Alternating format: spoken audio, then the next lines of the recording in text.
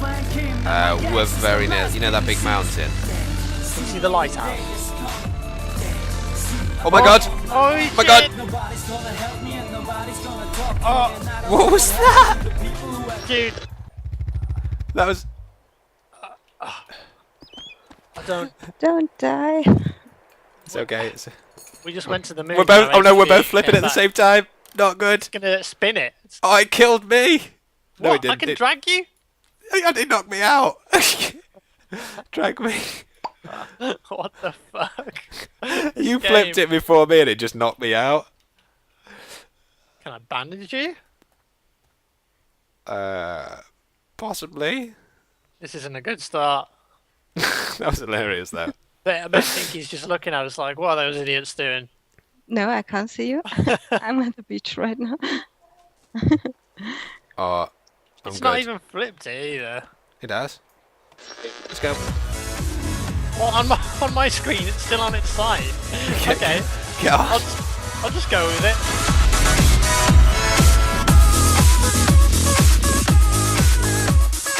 So, in celebration of getting to 400,000 subscribers today, I thought I would put up a video telling you my thoughts on the DAYZ standalone, because so far, I think I've only ever done live commentaries and not really discussed what I think about the mod and the game as they actually stand. Now, you may be wondering why you're seeing Battlefield 3 here, but I had to make a decision.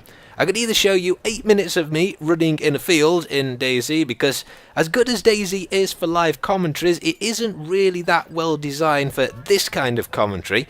But I thought for the vast majority of you, this sort of gameplay would be more interesting. And I have no idea what these two were doing in this corner. I've heard that Bambis sometimes huddle for warmth, but I'm not sure if they were Bambis.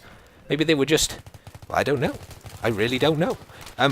But as I was saying, in fact, that's what I'm going to do. I'm like the freaking David Attenborough of Bambis in Crysis 3, which is a great game. The beta's out now for everybody. But I literally just follow new players around, not harming them, just observing them. It's kind of creepy.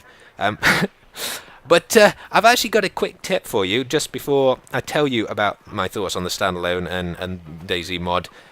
Basically, I've read an article, which, you know, I've played like 500 hours on Battlefield 3, and I didn't know this, but I read an article today, which mathematically proves that on every gun apart from the G3, the M16, and the ACWR, putting a heavy barrel and a foregrip together is more accurate than having either of those attachments alone. I've linked the article in the description, so if you want to read it, then basically read it. But it will improve your aim if you put both on all of those guns.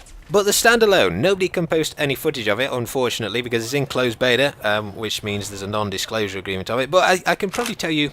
you see what I did here? This is to make those of you who enjoy my DayZ videos, but not so much my Battlefield 3 ones, feel at home if you clicked on it. Now you feel at home. I hope. Probably not.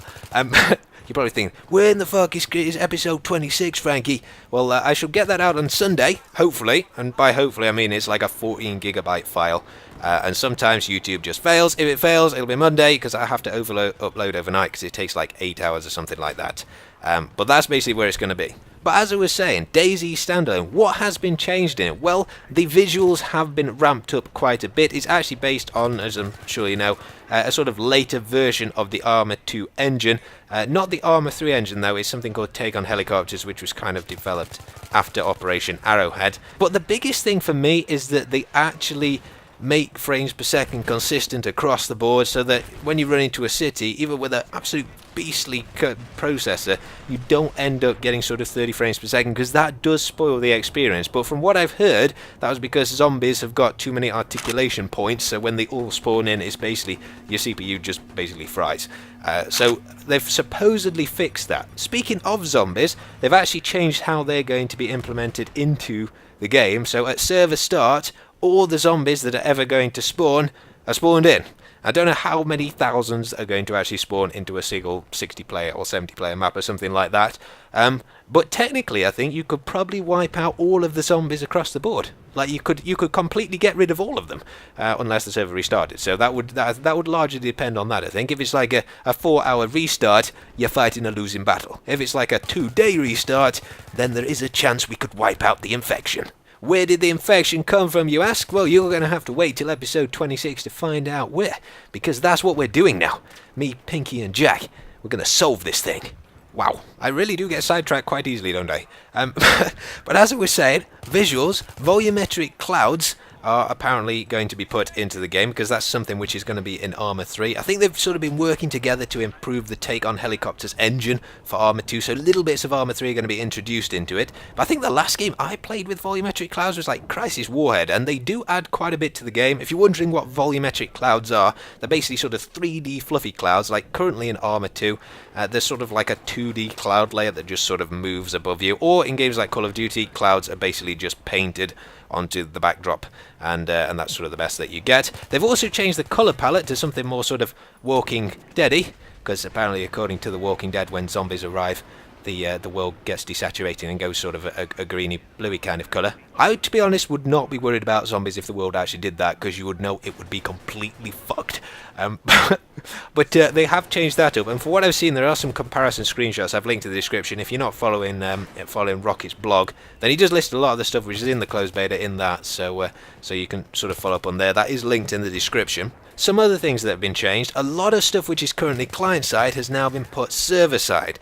Now, if you don't play DAYZ, you probably won't appreciate the distinction between client and server-side, well, in terms of how the game actually responds and plays and stuff like that, but basically it means that hackers can't do the sort of stuff that they can do now, like sort of nuking the whole server and just teleporting around, all that kind of thing.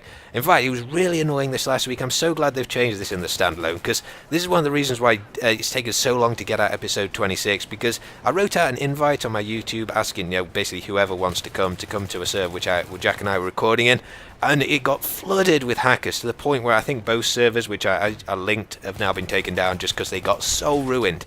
So I'm really glad that Rock is actually addressing the hacking issue, and that it's going to be properly nailed in the standalone.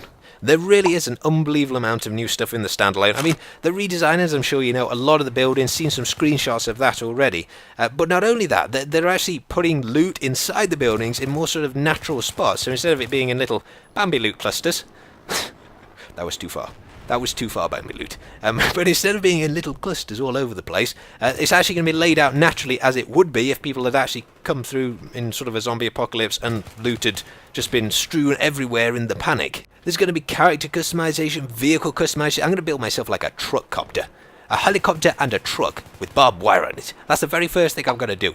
But other than truck copters, your character will have like a health ailment if you don't either take care of him, or maybe he's naturally got one. If you like pick an old guy, then you got to look after him a little bit more than somebody who's like in their 20s or something that you've picked. Even magazines, you'll have to load ammo into them, and then when all the bullets have gone, you'll have to look after the magazine. Now that is detail. That's the end of the video. Thanks for watching. I will be putting out more details on the standalone as soon as I can release them, and I'll see you guys in the next chapter.